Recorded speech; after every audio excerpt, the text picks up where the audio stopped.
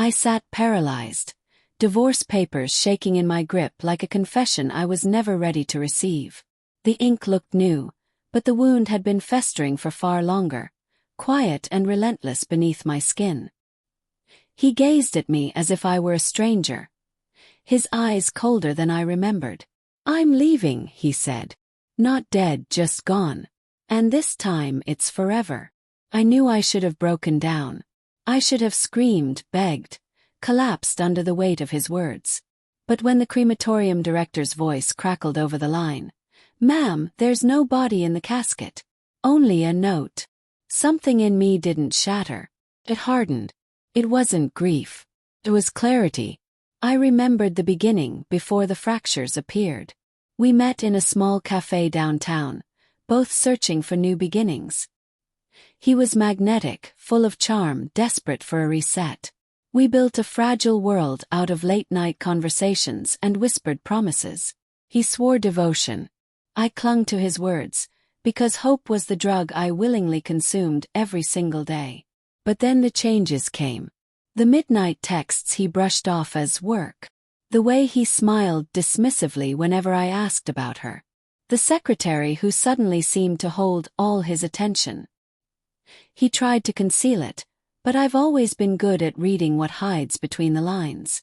One evening I found the message. Plans to run away together.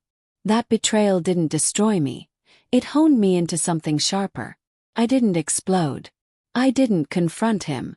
Instead, I began to plot in silence. I hired a private investigator. I learned his routines, his movements, his financial webs. I traced every step the secretary took. I studied his will. He thought he was erasing me, but he was only drafting the introduction to his own downfall. Step 1: the fake death. The staged cremation that never happened. I contacted the director discreetly, making sure the truth was clear. There was no body. Only a hollow note, a useless goodbye without witnesses. Step 2: legal precision. His will listed me as the sole heir upon his death. I signed the documents, claimed the assets, and seized control. Stocks, properties, bank accounts, everything slipped into my hands. Step 3: the closing snare.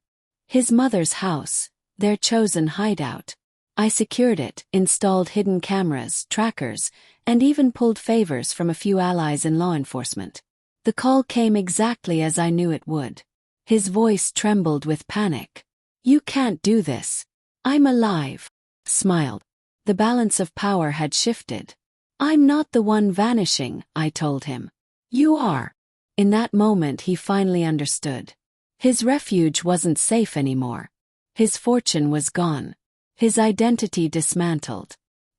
His empire crumbled silently, like a sandcastle meeting the tide. I am not the woman he abandoned. I am the one who waited, who watched, who struck when the timing was perfect. Justice isn't thunderous. It's quiet, exact, and final. It's the satisfaction of a truth that cannot be undone. He staged his death to escape me. I dragged him back into life only to bury him properly. And now I am free.